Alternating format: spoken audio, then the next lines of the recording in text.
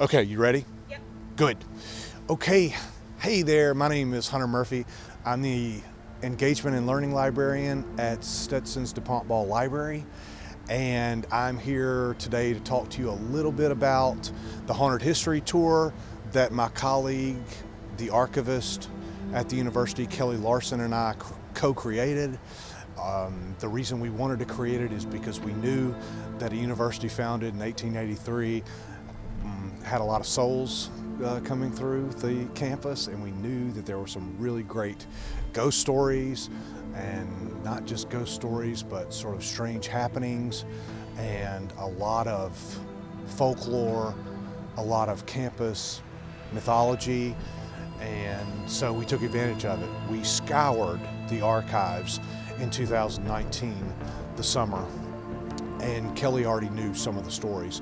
We also searched for books. There have been at least 3 books written about the ghosts at Stetson and also at DeLand. 3 recent books, as in the last 10 years or so, 10 to 15 years.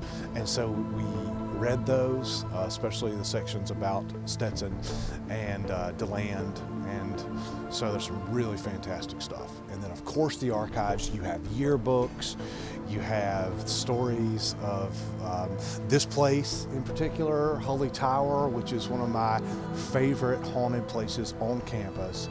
And there are so many wonderful stories about Holy Tower.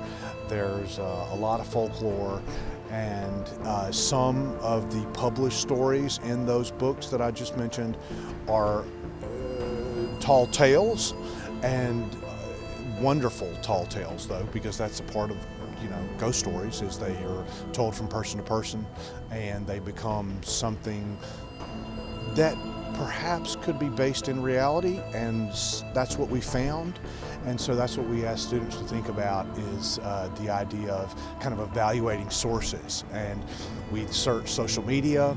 The alumni, Stetson alumni, asked a few years ago for folks to submit ghost stories, and we heard some incredible ones. And so we've done the tour 3 years in a row, and every year we have learned more and more interesting stories about Stetson and about hauntings in dorms and in all sorts of places. And we usually visit, we start at the library or Elizabeth Hall, which has, of course, Lee Chapel, which is a fascinating and gorgeous space, and it's over 100 years old. And there have been many sightings and strange sounds emanating from Elizabeth Hall. The campus has been visited, or I should say, paranormal societies and groups have visited Stetson regularly. They have written blogs about it. They have recorded media, taken pictures. They have guessed at what they saw. They have retold some of the stories that we've heard, and it's really fascinating to do that kind of research.